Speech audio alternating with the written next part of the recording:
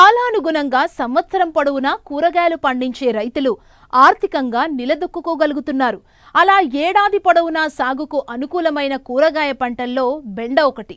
మిగతా కూరగాయల్లో ధరల హెచ్చుతగ్గులున్నా స్థిరమైన ఆదాయాన్నిచ్చే పంటగా బెండ రైతుల ఆదరణ పొందుతోంది. ప్రస్తుతం ఖరీఫ్లో బెండ విత్తే రైతులు సాగులో ఎలాంటి యాజమాన్యం చేపట్టాలో ఇప్పుడు చూద్దాం.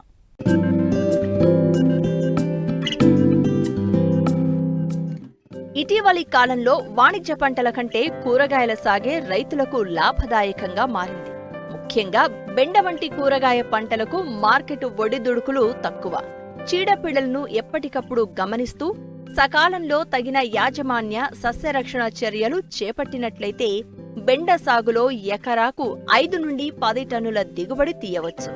వీటి సాగుకు వేడి వాతావరణం ఎక్కువ అనుకూలం. తొలకరి పంటగా జూన్ నుంచి జూలై వరకు విత్తుకోవచ్చు. ఆయా ప్రాంతాల వాతావరణ పరిస్థితులకు అనుకూలమైన రకాలను ఎంచుకుని సమగ్ర యాజమాన్య పద్ధతులను పాటించినట్లయితే అధిక దిగుబడులను సాధించవచ్చంటూ తెలియజేస్తున్నారు బెల్లంపల్లి కృషి విజ్ఞాన కేంద్రం శాస్త్రవేత్త శ్రవంతి.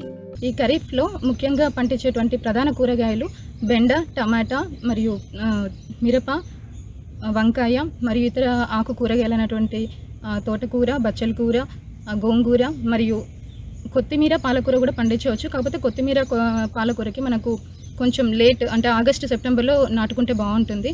ఇవి కాకుండా ఇతర తీగజాత కూరగాయలు అనేటువంటి బీర, కాకర, సోర మరియు ఇతర తీగజాత కూరగాయలను కూడా మనం పండించుకోవచ్చు. ఇందులో అన్ని కూరగాయ పంటల్లో మనకు ప్రధానంగా వంకాయ, టమాటో మరియు ఈ బెండ అనేవి ప్రధాన పంటలు.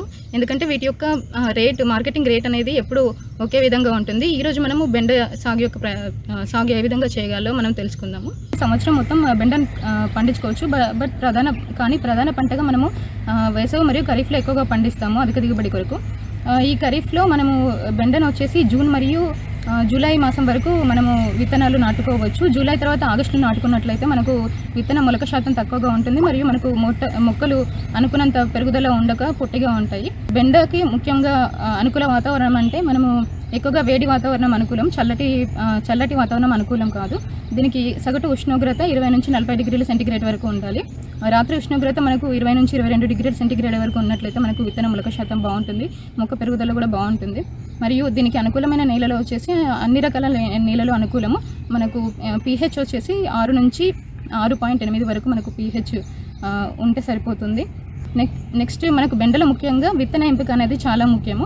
మన ప్రాంతంలో దొరికే రకాలైతే అర్క అభయ, అర్క అనామిక మరియు ఇతర రకాలు మనకు అందుబాటులో ఉన్నాయి. ఇవి మనకు వచ్చే సగటు దిగుబడి 4 నుంచి 5 టన్నుల వరకు దిగుబడి వస్తుంది మనకి. ఇంకా మనకు పంజాబ్ పద్మని, వర్ష, విశాలి ఇలాంటి రకాలని మనం ఎగుమతి రకాలుగా మనము మన దేశంలో ఉపయోగిస్తున్నాము. విత్తనాల ఎంపిక అయిపోయిన తర్వాత విత్తన మోతాదు మనకు ఒక ఎకరానికి వచ్చేసి సూటి రకాలైతే మనకు 6 నుంచి 8 కిలోల వరకు విత్తనం సరిపోతుంది. అదే మనకు సంకర రకాలైతే 2 నుంచి 2.5 కిలోల వరకు మనకు విత్తనం సరిపోతుంది. విత్తనం తర్వాత మనకు విత్తనాలని నేరుగా విత్తుకోవాలి. బెండకాయకి విత్తనం విత్తుకునే ముందు విత్తన శుద్ధి తప్పనిసరిగా చేసుకోవాలి. విత్తన శుద్ధిలో ముఖ్యంగా చేసుకోవాల్సింది 5 గ్రాముల ఇమ్డాక్లోప్రిడ్ 1 కిలో విత్తనానికి విత్తన శుద్ధి చేసుకున్న తర్వాత మళ్ళీ ట్రైకోడర్మా విరిడే 4 గ్రాముల కిలో విత్తనానికి కలిపి మనం విత్తన శుద్ధి చేసుకోవాలి. విత్తన శుద్ధి చేసుకున్న తర్వాత మనము నేలని గుల్లబర విధంగా మనము చేసుకుని ridges and furrow method follow అవుతూ బోదల మీద విత్తనాన్ని మనం నాటుకోవాలి. విత్తనాన్ని నాటేటప్పుడు మనము బోదకి ఒక వైపు 10 to 20 సెంటీమీటర్స్ లోతులో మనం విత్తనాన్ని నాటుకోవాలి. పాదుకు ఒకటే మొక్క వచ్చే విధంగా మనం నాటుకోవాలి.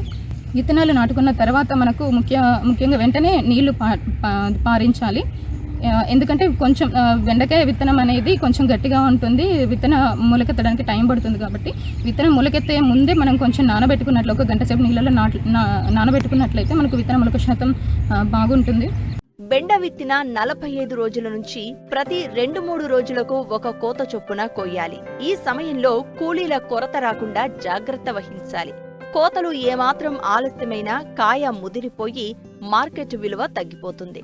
ప్రతి కోతలోనూ ఎకరాకు 4 నుంచి 5 క్వింటాళ్ల దిగుబడి సాధించవచ్చు. కోసే కొద్దీ పూత వచ్చి మరలా కాయ దిగుబడి వస్తుంది.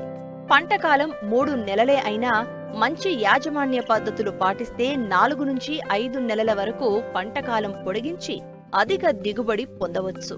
బెండ ధరల్లో మార్కెట్ ఒడిదుడుకులు ఉన్నా సరాసరిన కిలోకు 10 నుంచి 15 రూపాయల ధర రైతు పొందగలుగుతున్నాడు. దీనివల్ల సాగు ఖర్చులు పోను ఎకరాకు 30 నుంచి 50 వేల నికర లాభం ఆర్జించే అవకాశం ఉంది.